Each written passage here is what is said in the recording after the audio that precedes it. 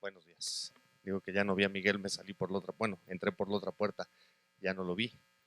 Si me ponen la presentación, por favor. Buenos días.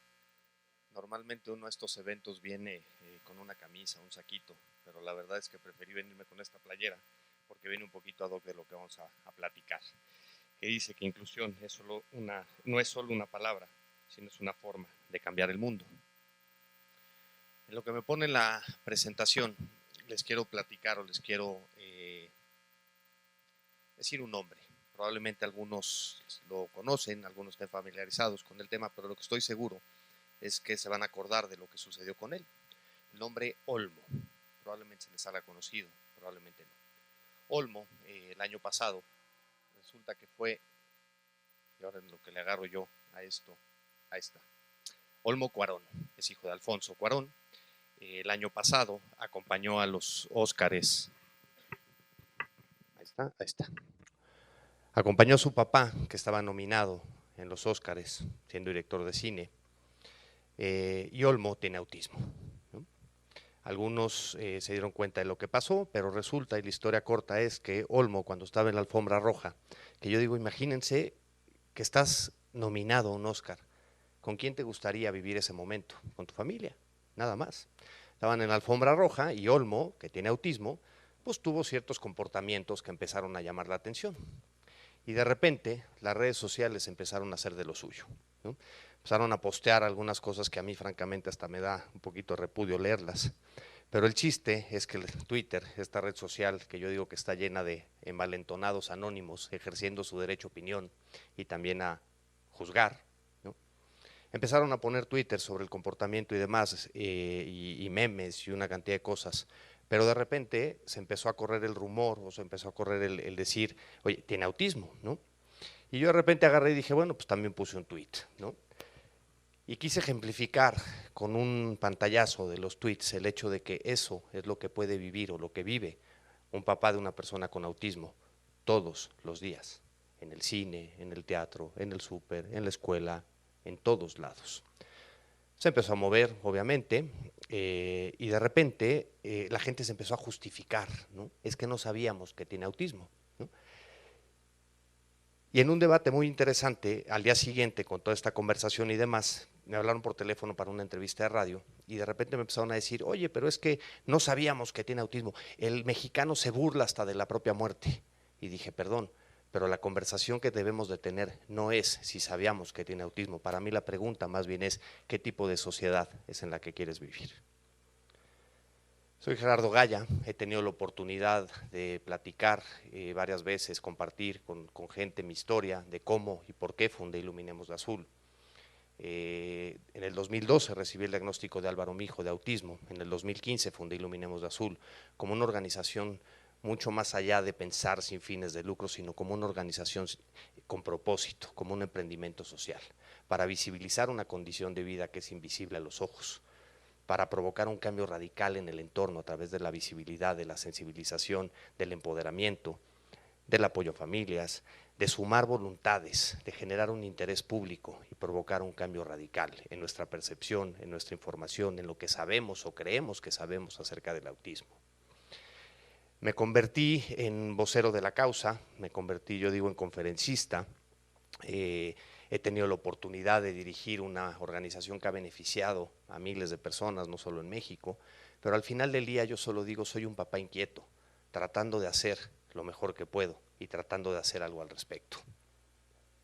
Cuando uno escucha la palabra trastorno del espectro autista, a mí me gusta recordar a Martín Funes, padre de Nacho. Martín dio una plática hace mucho tiempo, bueno, hace como 8 años, y en esta búsqueda de información que tenemos los padres, di con ella, y lo escuché decir que lo más terrible que tiene el autismo es la cara de las personas cuando escuchan la palabra autismo por primera vez, y eso solo por miedo o eso solo por ignorancia. Y cuando dices trastorno del espectro autista suena desde el nombre terrible. A manera coloquial y a manera hasta cierto punto irónico, yo digo que la Organización Mundial de la Salud lo único que no tomó en cuenta es el significado de la palabra espectro para los mexicanos, porque cualquiera que piense en un espectro piensa en algo sumamente feo, desde un fantasma y etcétera, ¿no? Digo a manera muy coloquial y demás. Pero En estos 5 años de dirigir Iluminemos de Azul y de convivir y platicar con miles de papás, con cientos de especialistas, de conocer centros terapéuticos y a muchas familias, he llegado a la conclusión de que el diagnóstico es tan solo aquello con lo que tú, como papá o como persona, puedes vivir en paz, para hacer lo que te toca, que es ser la mejor versión de ti mismo, hacer lo que te corresponde y, como digo, tomar las decisiones o ser lo razonablemente responsable como padre para tomar las decisiones que creas más correctas, para sacar lo mejor de ti y para educar a tu hijo en un mundo que no está preparado para ellos. Hace un par de años, en una conferencia, en un foro de diversidad e inclusión, tuve la oportunidad de dar una conferencia y invité una reflexión. ¿Cómo estamos como sociedad si nuestros discursos de diversidad e inclusión giran alrededor de la equidad de género o de la diversidad sexual? ¿Cómo estamos como sociedad? ¿Qué entendemos hoy nosotros como diversidad e inclusión? Habría que cuestionarnos lo que entendemos como diversidad e inclusión. Yo lo entiendo como un respeto a las diferencias, desde un punto de vista claro de empatía, de comprensión, de moral, de civismo y un largo etcétera. Pero el día que entendamos que la inclusión también construye tejido social, entonces nos daremos cuenta de la oportunidad que tenemos como sociedad alrededor y en torno a la inclusión. Soy un convencido de que como seres humanos y como sociedad estamos entendiendo, hemos entendido de diversidad de raza, estamos entendiendo de diversidad de género y tarde o temprano vamos a entender de diversidad funcional o de diversidad neurológica como algo que nos humaniza y que nos enriquece. Pero entonces habrá que cuestionarnos qué entendemos por diversidad e inclusión. Insisto, yo lo entiendo desde la óptica de la comprensión, de la empatía, del respeto, de construir tejido social. Y tenemos que preguntarnos entonces y cuestionarnos también, entonces, ¿qué impide la inclusión? Y mucho más allá de un qué, también es un quiénes. Hablamos muchísimo de las barreras que tiene el entorno, ¿no? Y no nos damos cuenta que nosotros también formamos parte de ese entorno, por nuestros propios prejuicios, por nuestros propios miedos, por nuestros propios conceptos y un largo etcétera, paradigmas, tabús sociales, etcétera. ¿Qué pasaría si hacemos un experimento social, ¿no? Y agarramos y metemos a 5 niños de 4 a 6 años en un cuarto, ¿no? Y metemos a un chino, a un japonés, a un suizo, a un, yo que sé, a un francés, a un ruso, a un americano, a un canadiense y un mexicano? ¿Qué pasaría si metemos a niños de entre 4 y 6 años en un cuarto? No hay que ser científico de la NASA para darse cuenta o para llegar a la conclusión de que terminarían jugando, porque los niños no tienen un prejuicio, los niños no tienen un tabú social, lo vamos construyendo. Insisto en que hablamos muchísimo y hoy estamos avanzando hacia un modelo social de la inclusión, estamos entendiendo un concepto en permanente evolución como es el de discapacidad, pero tenemos que preguntarnos entonces o cuestionarnos quién pone esas barreras. Hablamos de las barreras del entorno y a veces no hablamos o muchas veces no hablamos de las barreras actitudinales. Y como digo, no es un qué, es un quién, porque todos nosotros formamos parte de ese entorno, con nuestros propios prejuicios, nuestros propios conceptos, nuestros propios tabús, estigmas, paradigmas, etcétera. Y nosotros muchas veces y nuestros propios miedos son los principales obstáculos para la inclusión. Ahora bien, cuando hablamos de inclusión de personas con discapacidad o con alguna condición de vida como el autismo, tenemos que preguntarnos qué estamos haciendo mal. Estamos aprendiendo, hemos aprendido mucho, se ha avanzado, estamos en un concepto en permanente evolución, pero ¿qué estamos haciendo mal? Porque desde mi óptica y lo que creo es que estamos haciendo de la inclusión algo sobre la persona que esté incluido, cuando es totalmente al revés. Y repito, estamos haciendo algo de la inclusión sobre el que esté incluido y no sobre los demás, que es totalmente al revés. ¿Y por qué lo digo? Y me explico un poquito.